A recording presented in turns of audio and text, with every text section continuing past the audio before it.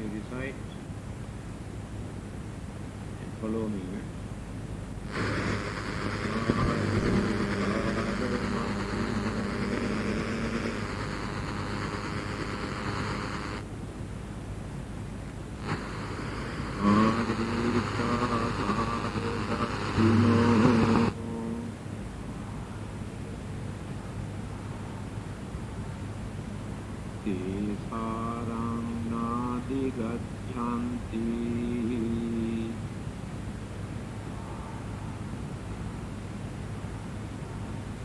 Miccha sankappa gochara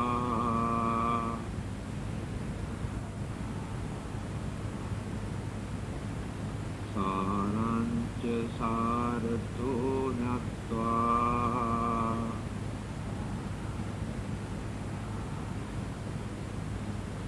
asarancha asarato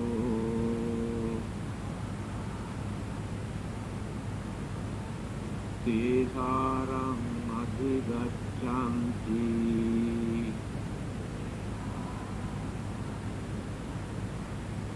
Samma sankappa gochara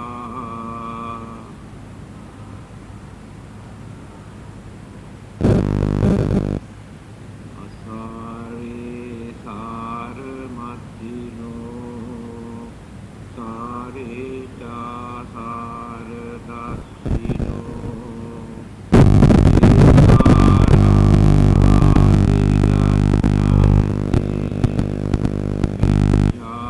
sankappa gochara saranta sarato jnatva asaranta asarato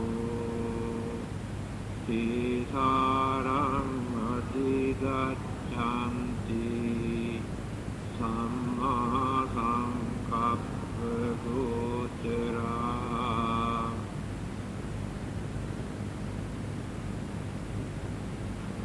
The meaning of number 11.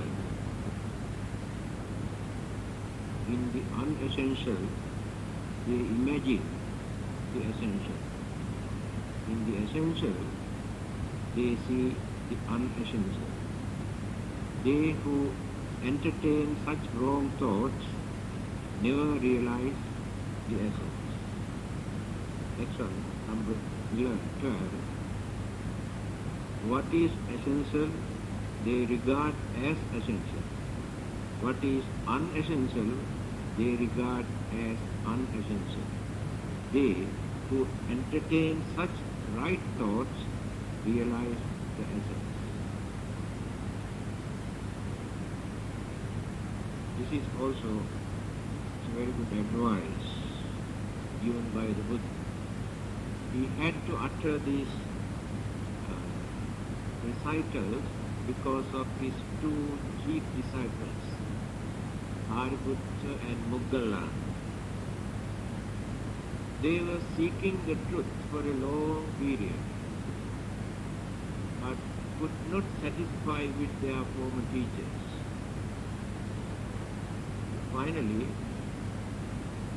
Sariputta met a young monk, first time in his life. Having seen this serene figure, he realized that this person must be somebody. So he approached and asked, "Who are you? What is your teaching? Who is your teacher? Can you tell me something that you know?" And this person was one of the 5 disciples who attended the first sermon of the Buddha, Dhammacakka. Anya Kondanya, Adhiya, Vappa, Mahanama, Assati. He was Assati, the last one. Then he told very frankly, very recently I have become a monk. my knowledge about the Dhamma is very poor. Therefore, I cannot explain what my teacher preaches. Then Sariputta said, the language that they used at that time, Bhasha. Appangva bahunva bhasassu atthanyera niduri. You can tell me anything with a little bit or whatever you know. I am not interested to listen so many words. I want only the essence. Atthanyera niduri. Then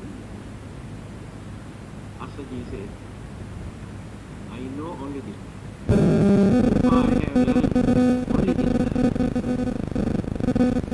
Ye Dhamma hetu bhagava desam hetu tathagato aha desam chayo nirodho evam vādi mahāsamana great summon. This is like Ye Dhamma hetu bhagava.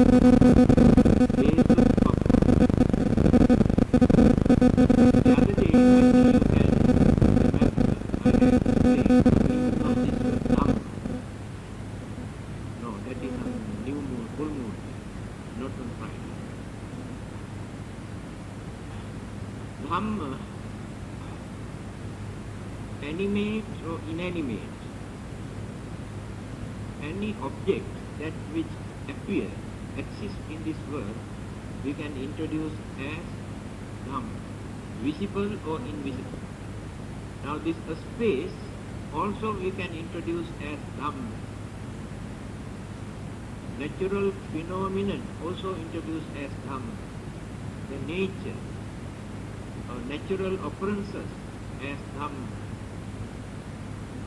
The Buddha's saying is here, Ye Dhamma. If any Dhamma or any object that will exist, hetu bhava, there must be a cause. Without any cause, the things never come into existence. Ye Dhamma hetu bhava. Hetu means cause. There must be a cause. Desam hetu are those causes. What are the causes? Tathagato aha, the Buddha said. He has explained what these causes are for things to appear. Desantayo nirodha. Nirodha means disappearance. He also explained why these things that which existed disappear. Desantayo nirodha. Evam vādi mahāsamana. This is the doctrine taught by our great Samana, the Buddha. Evam vādi mahāsamana. When he recited the first line, Sariputta attained first stage of sainthood Sotapanna. Before he completed the whole step. Because his development of his mind, his understanding capacity, his knowledge, his purity, completed 99%. Just like a lotus bud, just slowly coming up to the water and reach the surface of the water is open. So his mind was exactly like that. As soon as he heard these few words from Asaji, he attained the first stage of sainthood Sotapanna. Then his good friend Muggalla, he is also searching the truth. They had an agreement. If any of them would manage to find out the real truth, must come and tell the other. So now Sariputta, remember his friend, went on searching, he found him. Then he said, today I met the real teacher who can teach us the real Dhamma. Then what is it? Then he recited what he learned from us. He also attained the first stage of sainthood on the sea. Now both of them decided to come and see this teacher, this great Samana, Mahasamana, the Buddha. And see the Buddha, then after listening further the Dhamma, they enriched their knowledge and attained Mankut. Later they have become the chief disciples of the Buddha. One is famous for supreme wisdom, Sariputta. When the Buddha is not free to go and give a sermon, he asked Sariputta to go and preach. After preaching, Sariputta come and report to the Buddha, I preached like everything what he preached. Then the Buddha says, wonderful. If I were there, I also preached this. So he was known as the disciple who had highest wisdom. The other one is Moggalla. These two have developed their knowledge and wisdom and purity by following two different methods. Sariputta, by developing Vipassana meditation method, he attained Arahanthood, but Moggalla followed the Samatha, Dhyana and Vipassana both finally attained Arahanthood. So one who has attained Arahanthood by following Samatha and Vipassana gained the supernormal power, so-called miraculous power. So Moggallana was the highest amongst all the other disciples who could perform supernormal or supernatural or miraculous power. So these two wanted to enlighten their former teachers. They approached, explain what they have learned from the Buddha. Those teachers said, unbelievable. All the teachers they had, one by one, they approached. None of them agreed to accept this doctrine. So they could not convince their former teachers. And this is the nature of human life.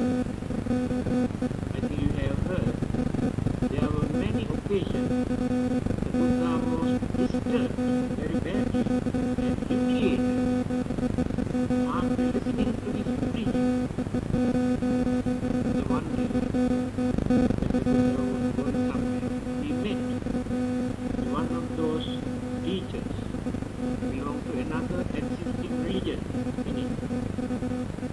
Having seen that this person is an extraordinary human being, he asked, who are you? Where are you going? What do you preach? What is your doctrine? Then the Buddha explained. After listening to the Buddha, how did he acknowledge?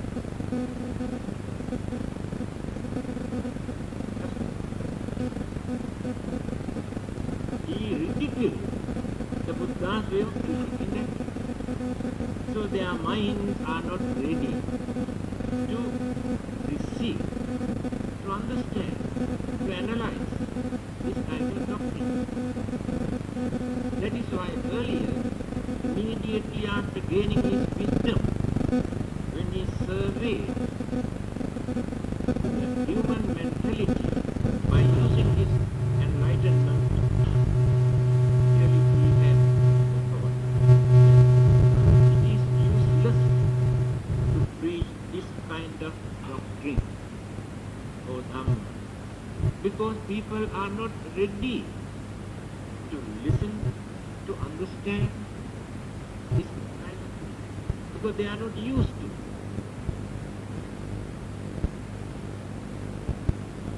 During the Buddha's time, actually, there were very few Buddhism who followed.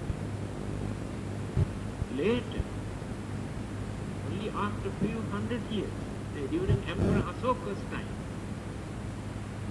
that is 200 something, 200 years after the Buddha passed away, he spread the Dhamma or religion, not only in India, even in other parts of the world.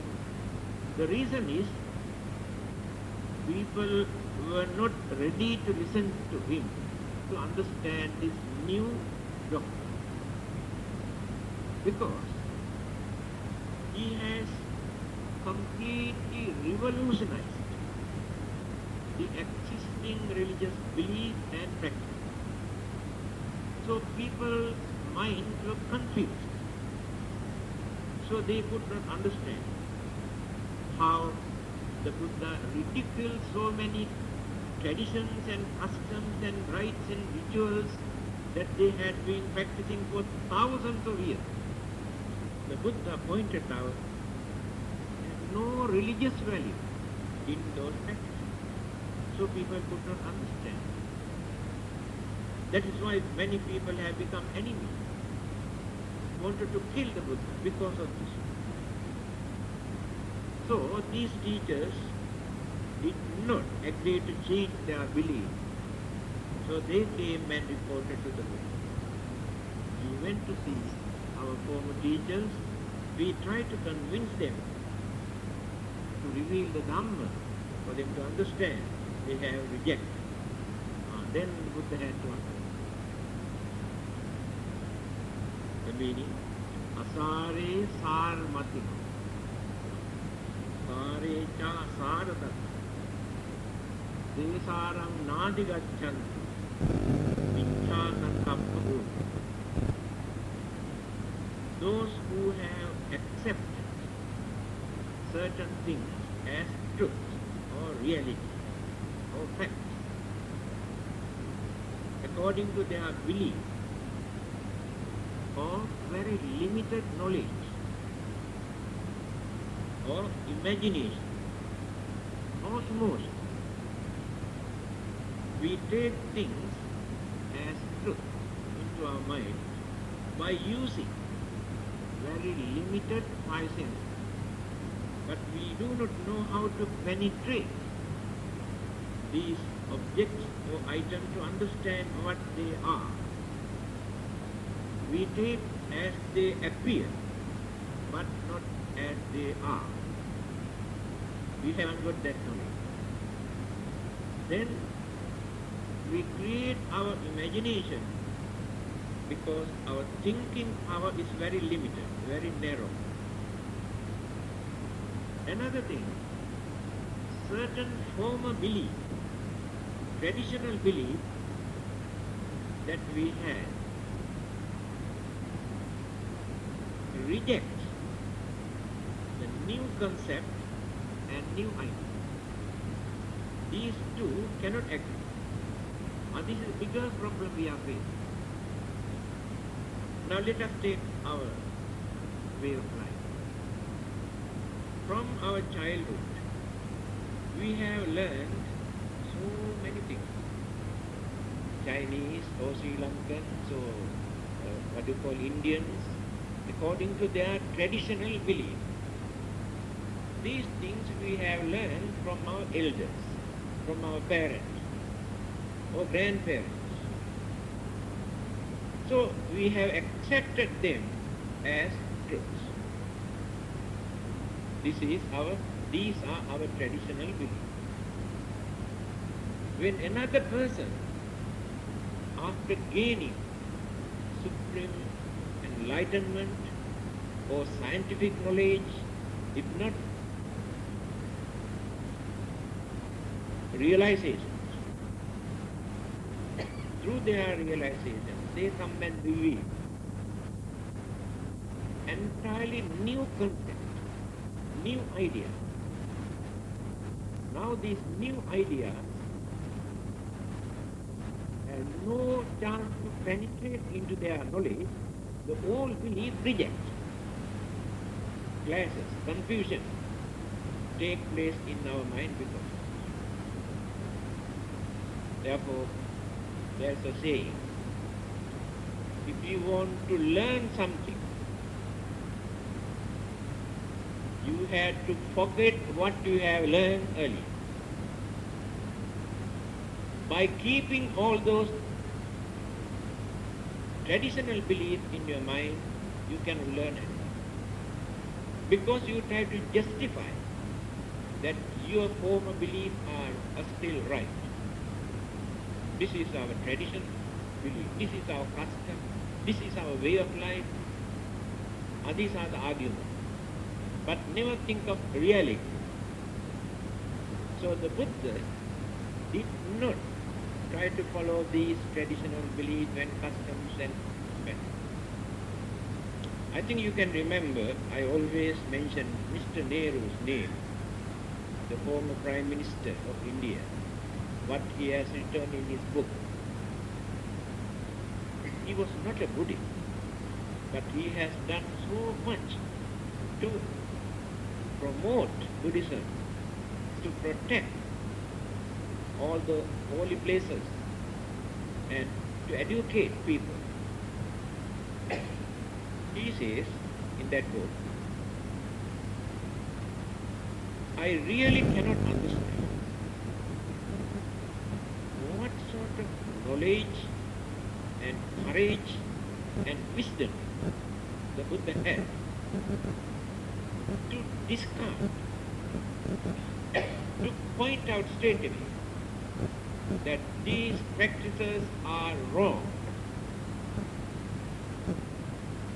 There you cannot find any religious value. But people have been practicing these things for thousands of years. Even then, the Buddha had the courage to tell us these things are wrong. He said, actually I cannot understand what sort of courage and knowledge he had to say like this. This is the problem.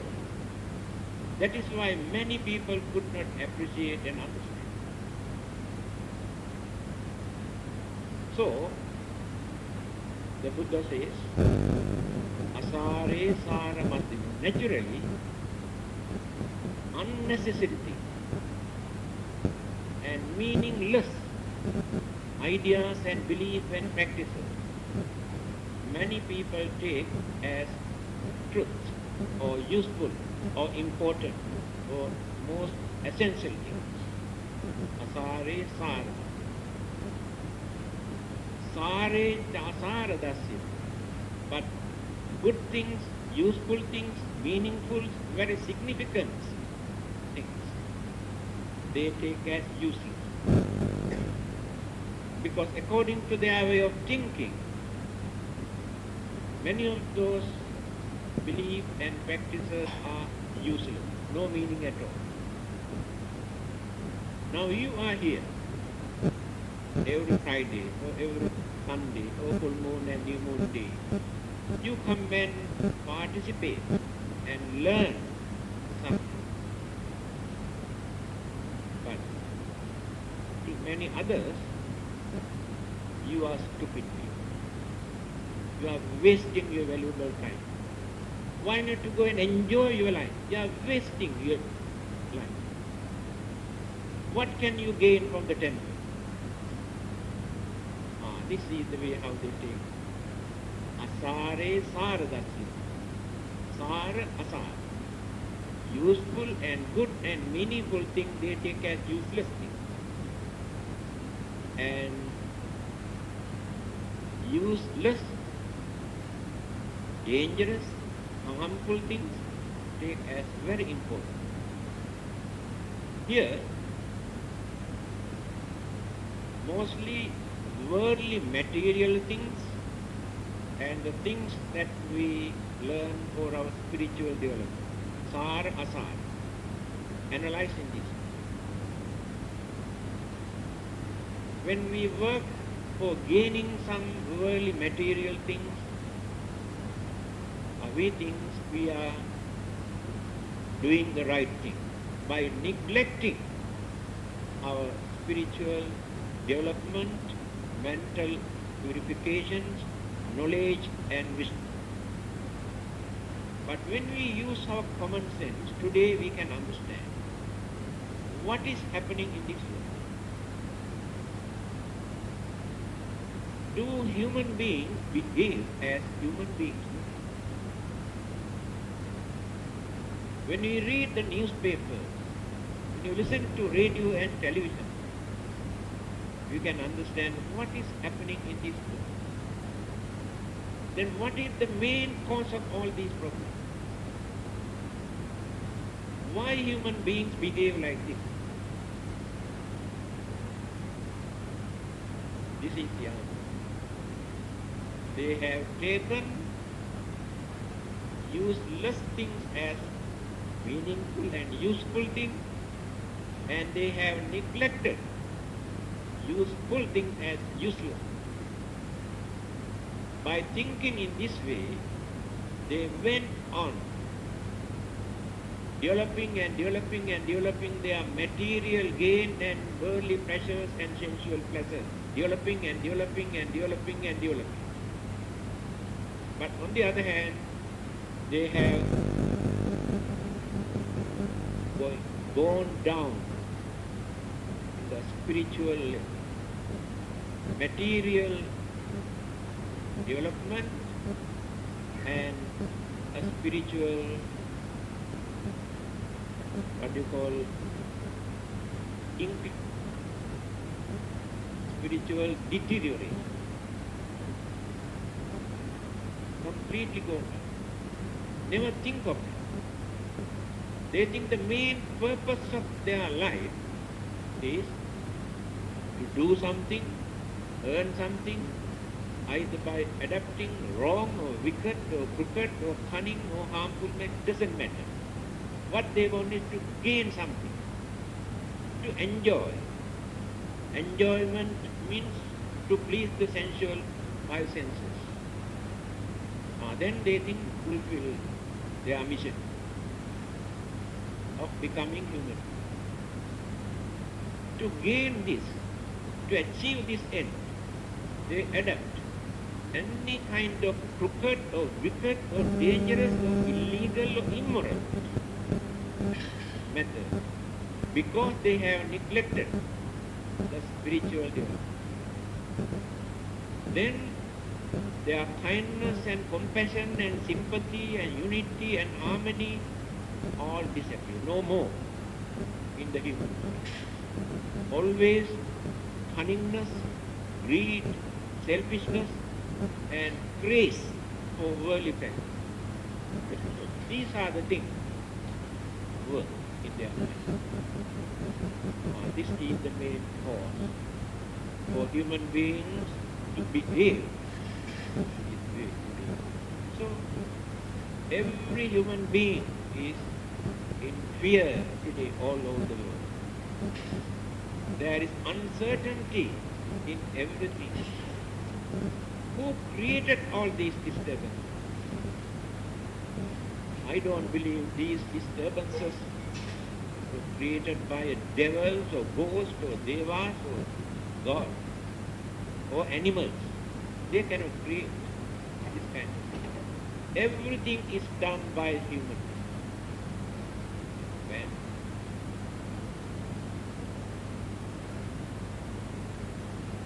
the first stanza of this Dhammapada, the Buddha started, Mano Ubbangama Dhamma. Mana, human mind. Human mind is responsible for all these Dhamma. Dhamma just now explained, good and bad both, that exists.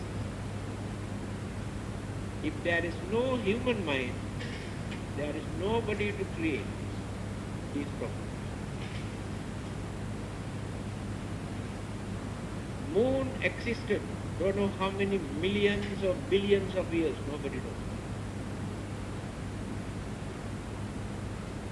Nobody want to disturb the moon by planting time bomb or atom bomb.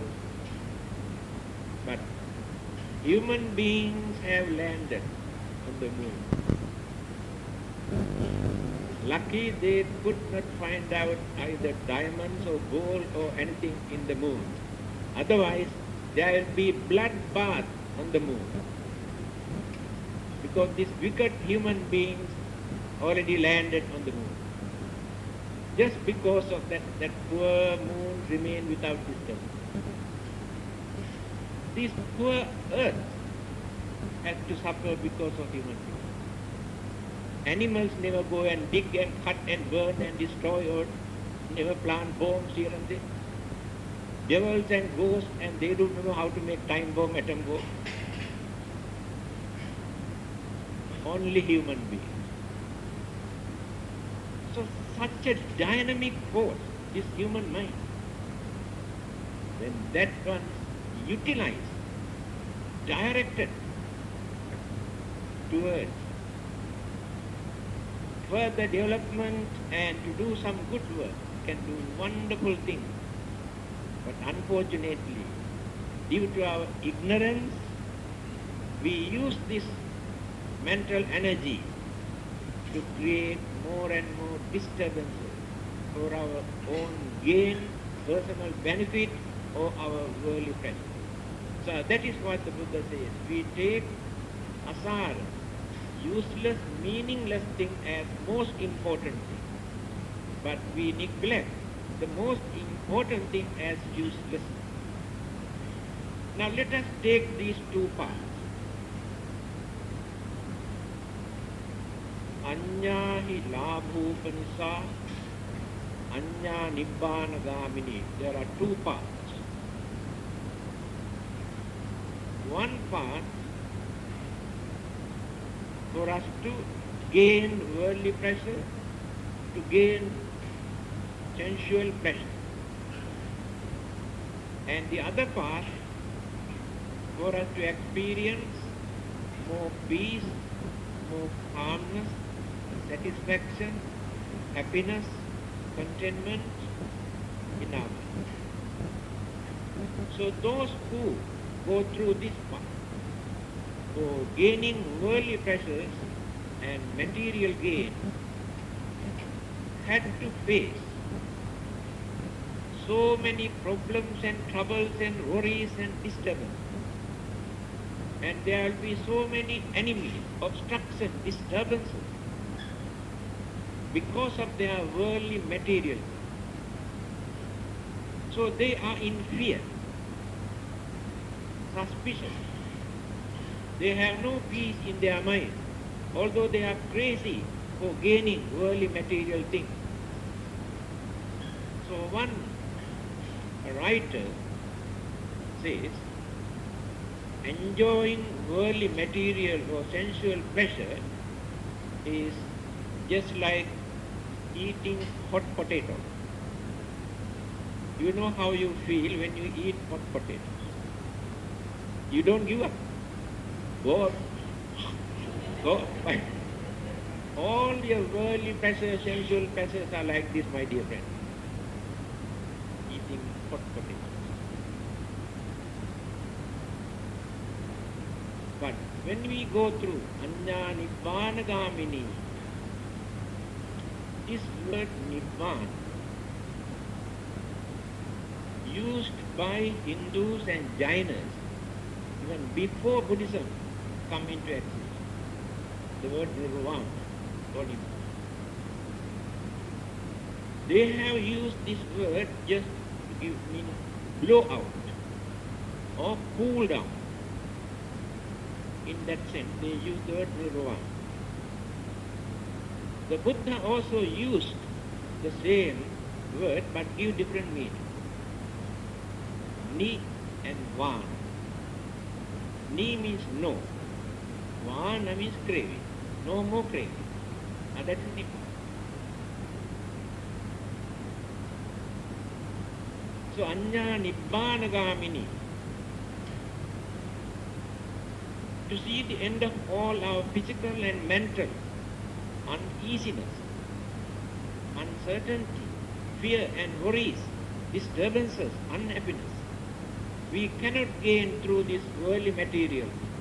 The more we develop worldly material gain, the more we have to face enormous worries and fear and disturbance. It is impossible for us to gain peace, satisfaction, real happiness through worldly material gain. Life also very uncertain. But when we go through this Nibbanic path, the more we go further and further and further, the more we reduce the burdens of our life, worries, fear, disturbances, suspicion, unhappiness, reducing and reducing and reducing, we climb and climb and climb. Finally, we drop all our burdens and disturbances and worries and responsibilities. Then complete freedom. That is called Nibbana. But we neglect this as useless because there is no sensual pleasure. Because of this sensual pleasure, we had to suffer. We had to worry. We had to go and hide for our protection. Throughout our lifetime, we had to face this. Every day, we can see how people come and complain, cry, and worry, and some go to mental hospital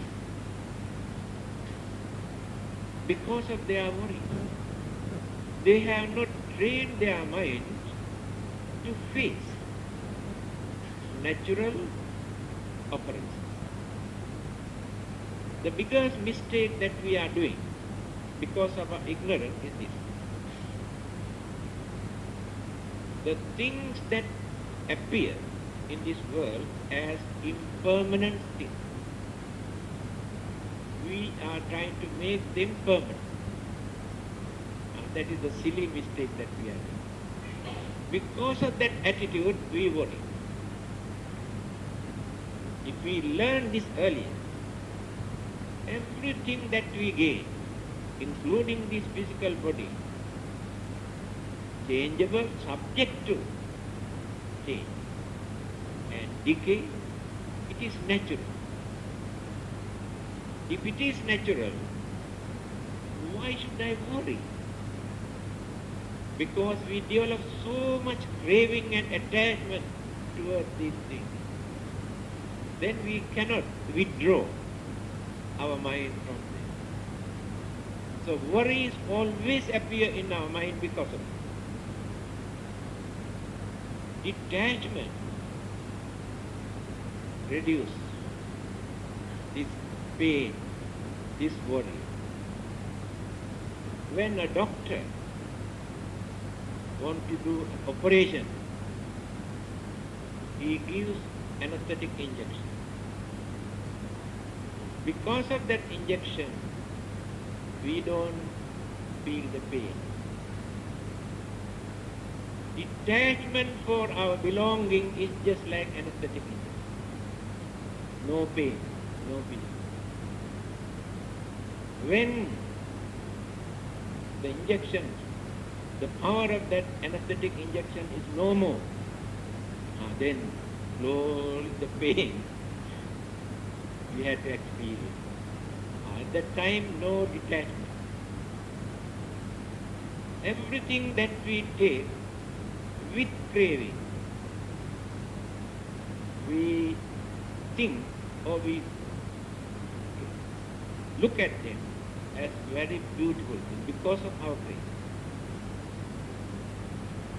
Because we are not ready to face facts. Craving blindfolds us. I have given a simile for that.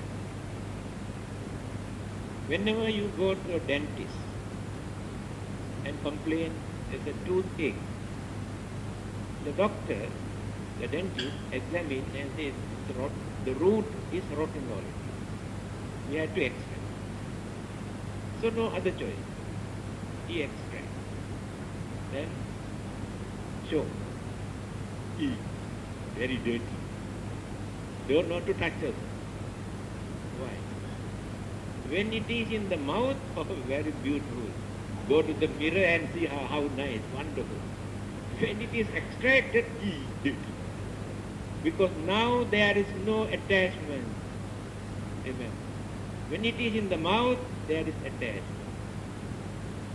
Everything in this world, when we remove this attachment, we can see the reality. A well-known philosopher, Krishnamurti, he makes wonderful statement, very highly intellectual. He says, there is nothing here in this world that we can point out by nature that it is good or it is bad. It is to 100% correct what we say. Good and bad. When we like something, we say good. When we don't like something, we say bad. So who creates this good and bad? Our mind. Not the object. Things are neither good nor bad. But we define, we analyze in this way according to our likes and dislikes. Again, what the Buddha says, Mano Buddhangama Dhamma. Mind is responsible for everything, either good or bad, in this world. Again, Sara, the word, there are many meanings, very rich also. In the Pali language, the word Sara means rich and very meaningful, essential, important. Sara. There are 5 Sara Dhamma in the Buddha's teaching. Sila, Samadhi, Panya, Vimukti, Vimukti Jnana. 5. Sara Dharmas. Very rich, very meaningful, very significant dharmas. First is Sila. We train ourselves to follow certain discipline.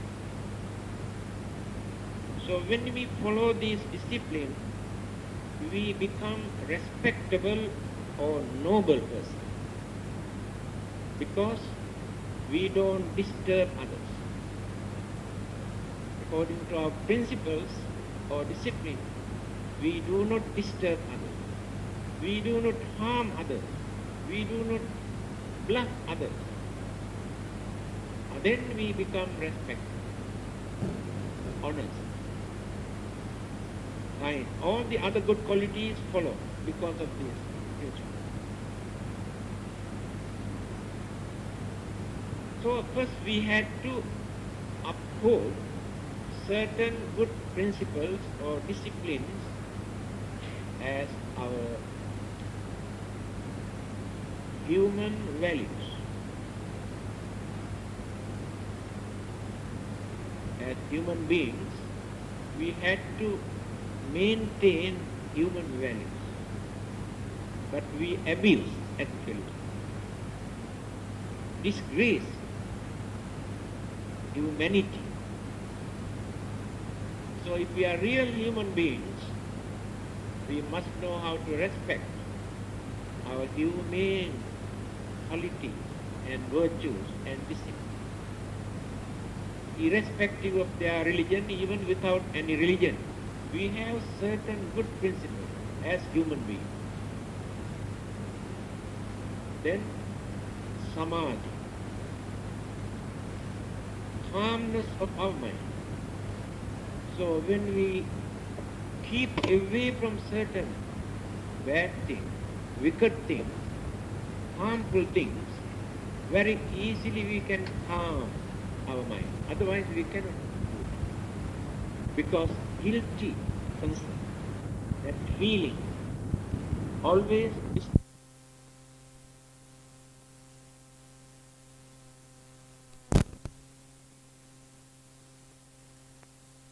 me. Because we know what we have done wrong. So throughout our life, we have to suffer. We cannot die peacefully because of that guilty. Among those four kinds of happiness that normal human beings experience, the Buddha says the last one is anavajya sukha.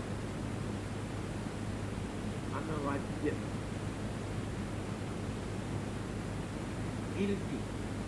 Without any guilty feeling. If there is no such guilty feeling in our mind, that we have harmed others in this way, we have bluffed others in this way, we have disturbed others in this way, if there is no such idea in your mind, the Buddha says that is the highest happiness. Because this happiness entertains us or supports us at the end of our life and in the next both. All the other happiness that we gain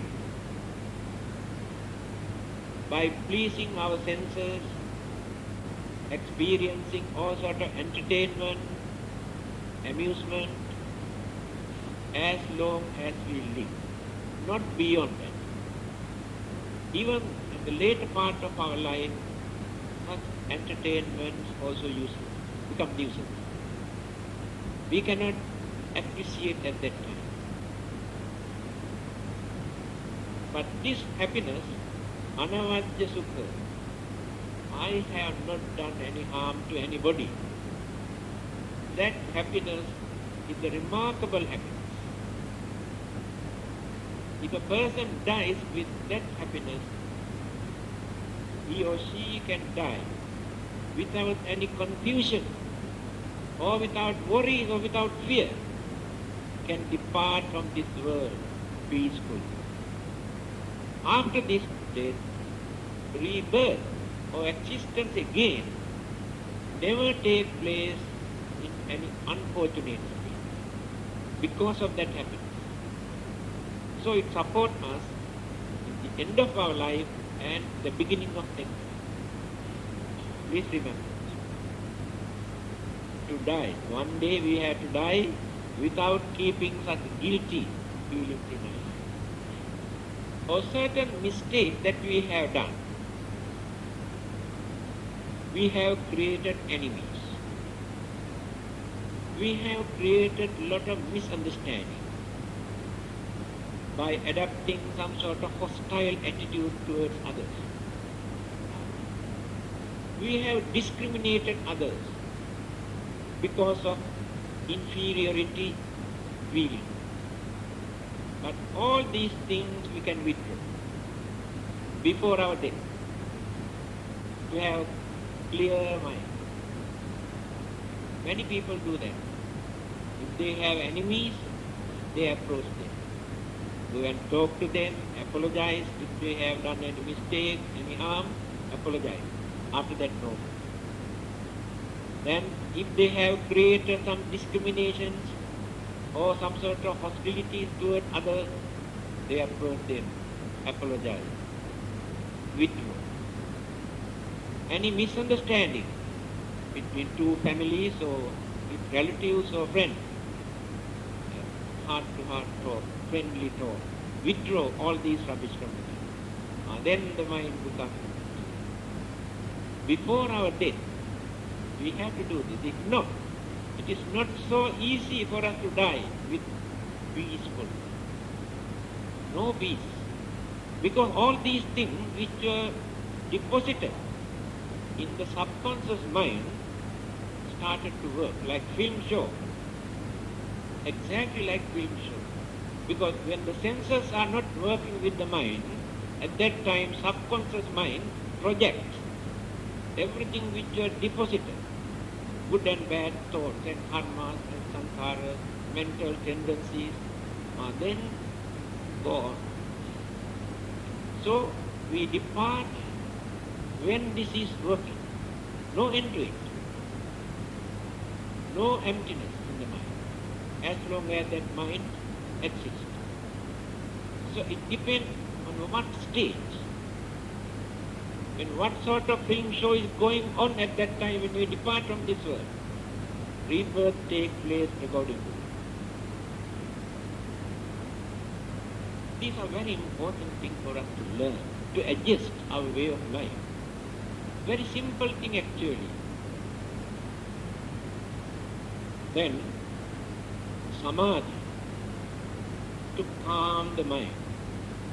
First we had to observe these principles and precepts. Otherwise we cannot calm the mind. When we learn how to calm this mind, we experience bliss. Bliss is not happiness. Happiness that we experience by indulging five senses. But in the end, we experience some sort of unsatisfactory. In any of these entertainment, sensual pleasure, we gain unsatisfactory. Either get fed up with them, if not halfway we drop it, we don't want any more. This is the nature of sensual pleasure. The same pleasure we experience again and again and again every day. We completely get fed up, become real torture. But at the beginning, very interesting. This is the nature of sensual pleasure. But the bliss that we experience in our mind is to separate our mind from all the disturbances. Then we can maintain purity, calmness, tranquility in that mind. We have no time to do that. All the while, mind is occupied with something. Then either worry or create imagination, if not develop anger or jealousy, some sort of evil thought we mix up with. To avoid all these things, now an example is given. Assume there is a pond where you can find very pure, crystal pure water. But this water pond is covered with all sorts of dry leaves or dust or grass. So when you want to take a bucket of water from this, you have to put your bucket and shake like this, then all the dirt. Then you can see the pure water. So you can take one bucket of pure water. But as soon as you count this bucket, all the dirt again come and out. So the mind is exactly like that. So when we maintain that peace or calmness in our mind, just like the dust, all the dry leaves are completely separated, you can see the pure water. But if you do not know how to maintain this, then the evil thoughts again come and cover. So that is the second stage. Sila, Samadhi, Panya. Panya is not knowledge. Knowledge is memory.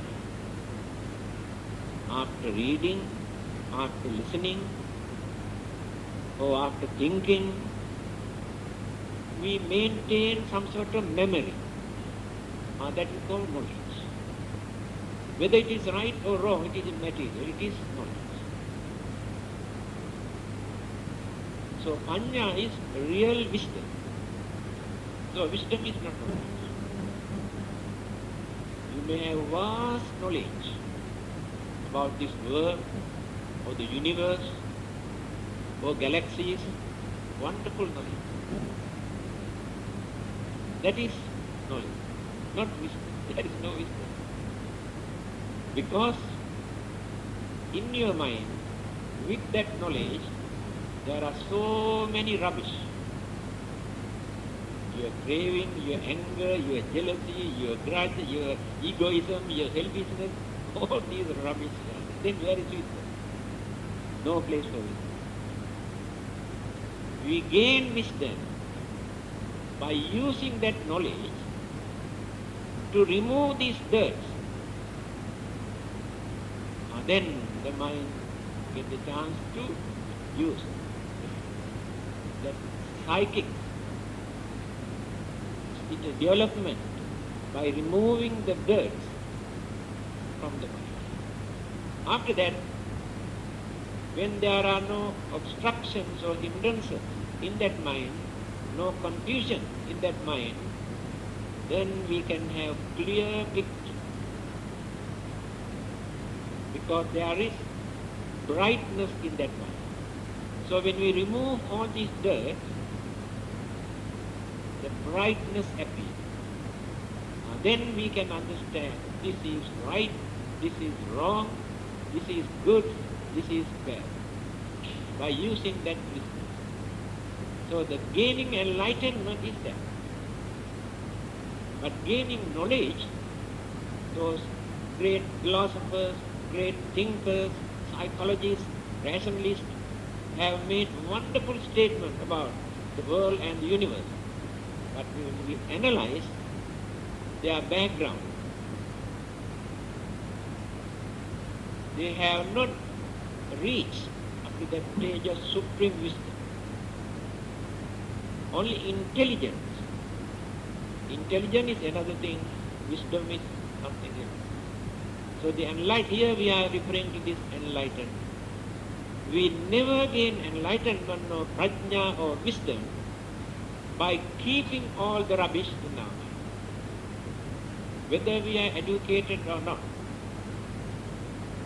Example, scavengers, farmers, uneducated people, laborers, by following the Buddha, after listening to little bit of Dhamma, by following his technique and his method, gain this wisdom. It clearly shows knowledge is not the important thing, but the purity of the mind. Because they knew how to remove all the rubbish that they have been keeping in their mind. Then gain wisdom.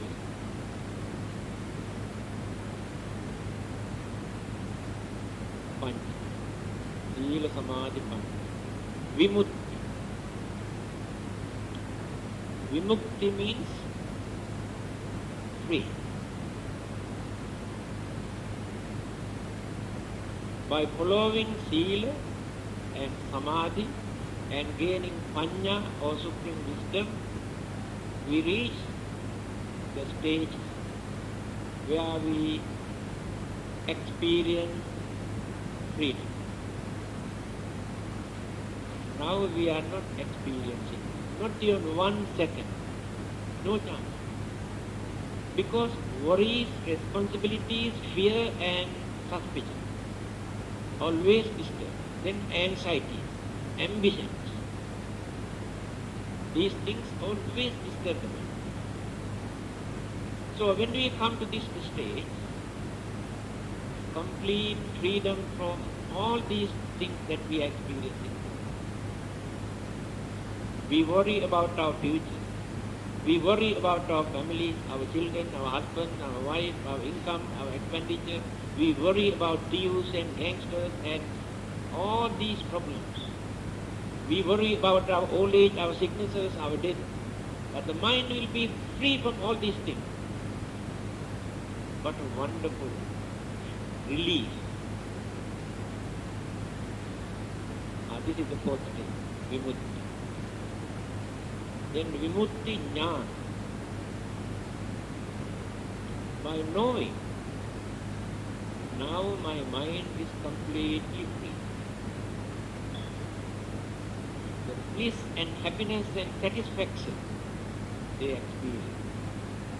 Naturally, the words come out from their mouth. When you read Thera Gatha and Theri Gatha, many of those housewives and householders, after suffering for a long period in their worldly life, then they have renounced everything by following religious way of life and attain sainthood, this bliss, this happiness. The word naturally come out from their mouth. Aho Sukhan, Aho Sukhan, Aho Sukhan. Always going on repeating. What a wonderful sukha. What a wonderful bliss. What a wonderful release. Always going on. A king who was ruling his country started to think very deep. Why should I take this responsibility forever until I die? I had to torture people, I had to punish people, I had to kill people, and always in fear, and another king may come and attack my kingdom. I had to protect, I had to give order to do bad things, wicked things. Where is freedom? I cannot go out alone. There must be so many bodyguards. I have no freedom. So he decided to hand over kingdom to either his brother or elder son. Want to be a free man. He goes out alone. Now he is so happy. He can go anywhere, wherever he likes. No bodyguard is important. He can eat anything, whatever he likes. He can relax anytime, whenever he wants. And all the worries and burdens and fear and responsibilities are no more in his mind. And he also says, what a wonderful freedom. Now all those rulers in this world, everybody is in fear. They cannot eat, they cannot sleep. You think they are enjoying. How many bodyguards, how many things are there to protect them? But they are going to do a lot of good work. Why people want to disturb them, kill them? And this is the nature of wicked human mind. A minister cannot go alone. Prime Minister cannot go alone. Sultan, so Agam cannot go alone. There are so many bodyguards because there are many wicked people. But they will be free from all these fears and suspicion when they are free, when they are released. So, when we attain this higher state of the Sara Dharma, highest Dharma, real Dharma, we experience this kind of happiness. It is not happiness that thrilling happiness in worldly sense. Here happiness means bliss, freedom from disturbance. And that is happiness. I can give an example. Supposing I have a very big wound here, very painful. Always I complain, very painful. So after applying all sort of medicines, I could manage to get cured completely. Then you come and ask, how do you feel now? I say, I feel very nice. What is there for me to say nice? This is a very important point. Earlier I complained, very painful. When it is completely cured, I say, very nice. What is that nice thing? What is the meaning of this nice? No more pain. Nice means no more pain. So the person who attained this high state says, what a wonderful happiness, sukha. That means no more disturbances, no more worries, no more pain. That is the purpose. Here in this sayings of the Buddha, he says, it is due to this craving, misunderstanding, ignorance, we take unnecessary things as very important. But the important things we neglect because of that ignorance, because we were misled by our ignorance and misunderstanding. That's why the understanding of the Dhamma is important for us to know how to lead our life, in which direction, for what purpose. Then we can reduce So many disturbances that we are facing, worries that we are facing.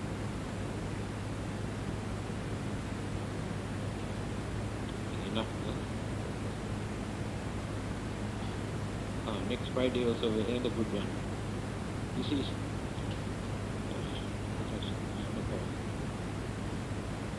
any questions?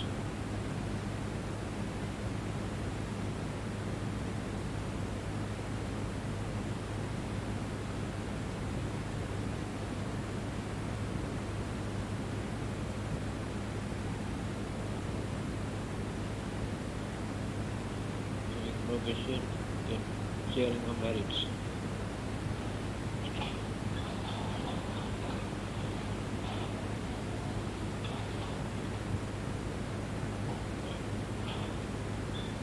Right. Vimina punya kammena upajjaya gunuttara acari upakaraca mata pita piya mamang Suryo Candi Maharaja Gunavanta Narapice Brahma Maharaja Indaca Lokapalaca Devata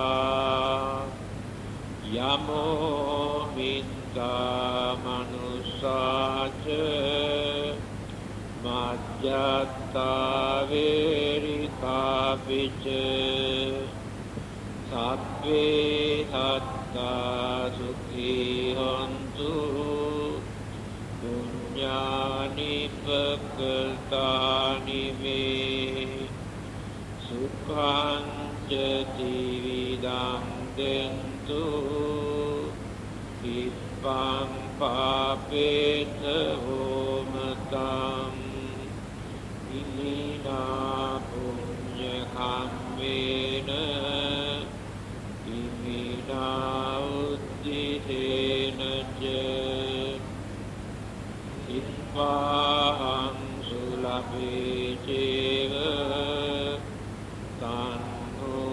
Tanupadana cedanam Ye santani hina dhamma Yavanibbānatu mamam Nasantu sabbadāyeva Yatta jatu bhave bhave Ujjujitto sati pañño Sallekho viriyavamina